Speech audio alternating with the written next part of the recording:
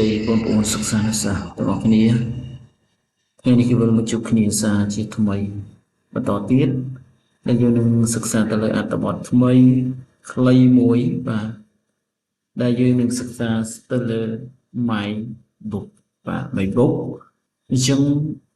នៅក្នុងអត្ថបទនេះមានអត្ថន័យយ៉ាងណានោះបាទអញ្ចឹងយើងទៅសិក្សាអំពីពាក្យកន្លឹះមួយចំនួនសិនបាទបន្ទាប់មកខ្ញុំយើងអាននៅអត្ថបទរបស់យើងនេះគឺ vocabulary បាទ vocabulary បាទគឺជាពាក្យកន្លឹះសព្ទពាក្យដែលខ្ញុំដកស្រង់ចេញពីអត្ថបទបាទ special បាទ special យើងប្រែថាពិសេសជាពិសេសបាទយើងអានថា special បាទនេះជាសរសេរជាភាសាខ្មែរដើម្បីឲ្យបងប្អូនងាយអានបាទ special full បាទ full យើងប្រែថាពោពេញបាទពោពេញទៅដោយ nice យើងប្រែថាល្អស្អាត story យើងប្រែថារឿងបាទ story read យើងប្រែថាអាន free បាទ free យើងប្រែថាពេលទំនេរបាទ free ពេលទំនេរការឲ្យបាទ pretty យើងប្រែថាស្រស់ស្អាត fun យើងប្រែថារីករាយ happy ក៏យើងប្រែថារីករាយដែរ enjoy ក៏យើងប្រែថារីករាយដែរទៅមក cake យើងប្រែថាទំព័រ cake slowly គឺយឺតsafe យើងប្រែថាសុវត្ថិភាពបាទ safe សុវត្ថិភាពយើងធ្វើការអានអត្ថបទរបស់យើងតែម្ដងបាទ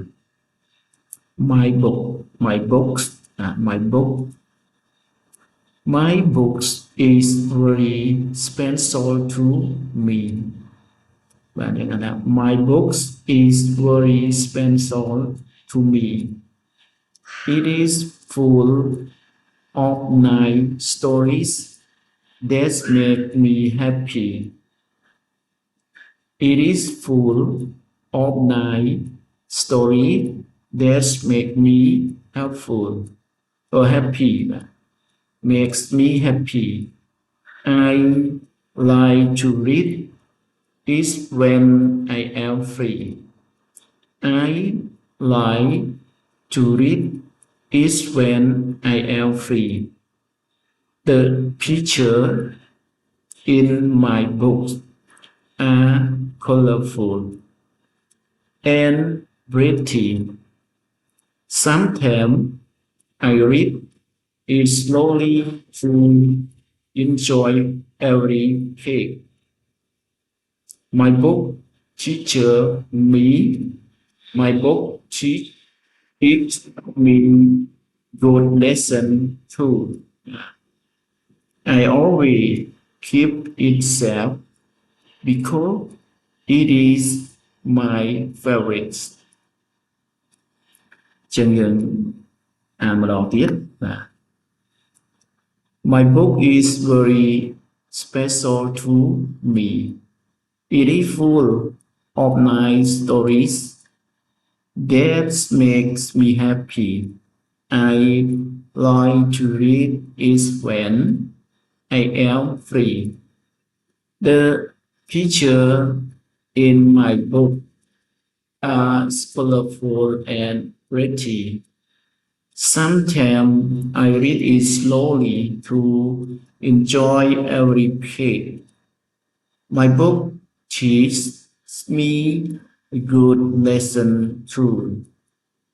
I always keep it safe because it is my favorite ចឹងយើងអានអត្ថបទរបស់យើងពាក្យកន្លឹះរបស់យើងរួចរាល់ហើយ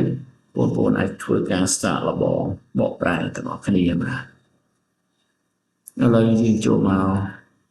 បន្តបាទយើងធ្វើការបកប្រែអត្ថបទរបស់យើងតែម្ដងបាទ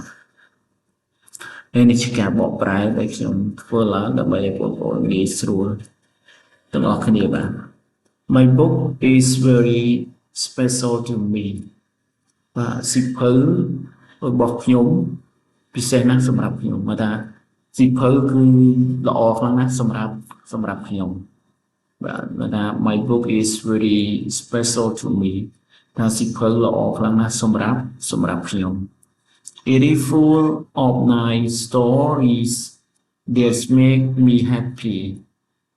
ថាវាពោពេញទៅដោយរឿងរ៉ាវល្អបាទ nice story គឺថារឿងរ៉ាវល្អ that make me happy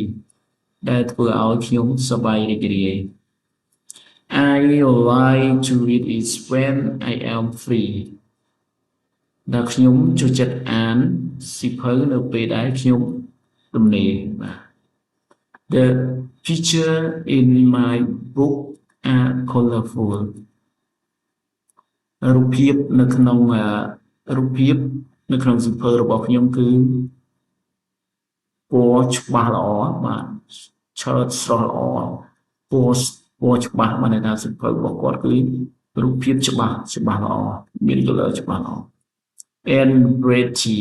ហើយនឹងស្រស់ស្អាតបាទមានពណ៌មួយដែលច្បាស់លាស់ហើយស្រស់ស្អាត Sometimes I read it slowly to enjoy every page ដល់ពេលខ្លះ sometimes ដល់ពេលខ្លះខ្ញុំអានយឺតបាទដើម្បីរីករាយនឹងគ្រប់ទំព័រមកន័យថាពេលខ្លះគាត់អានមួយបាទព្រោះនៅក្នុងទំព័រមួយនោះបានផ្ដល់ភាពរីករាយទៅដល់អ្នកអានបាទ My book teach me good lesson too ថាសៀវភៅរបស់ខ្ញុំបានបង្រៀនខ្ញុំបាទសៀវភៅរបស់ខ្ញុំបានបង្រៀនខ្ញុំនៅមេរៀនល្អផងដែរណាសៀវភៅដែលគាត់មានហ្នឹងគឺបានបង្រៀននៅមេរៀនល្អទៅដល់អ្នកអានទៅដល់គាត់ដែលជាអ្នកអានបាទ I always keep it safe because it is my favorite ខ្ញុំតែងតែរក្សាវាឲ្យមានសុវត្ថិភាពបាទខ្ញុំតែងតែរក្សាសៀវភៅហ្នឹងឲ្យមានសុវត្ថិភាពវាតើមានឲ្យត្រូវទឹកភ្លីទៅទីកោកណ្ដៅកាត់អីទេ because it is my favorite ព្រោះវាជាសៀវភៅមួយដែលខ្ញុំចាប់អារម្មណ៍បំផុតបាទតែក៏ចូលចិត្តអានបំផុតបាទសម្រាប់វីដេអូនេះគឺមានតែប៉ុណ្្នឹងទេពុកម៉ែបងប្អូនទាំងអស់គ្នាពិសេសគឺបងប្អូនសិក្សាដែលមិនទាន់ចេះបាទយើងអាចធ្វើការអានយើងអាចធ្វើការស្ដាប់បាទអញ្ចឹងសម្រាប់វីដេអូនេះគឺខ្ញុំមានតែប៉ុណ្្នឹងទេចាំជួបគ្នានៅវីដេអូក្រោយជាបន្តទៀត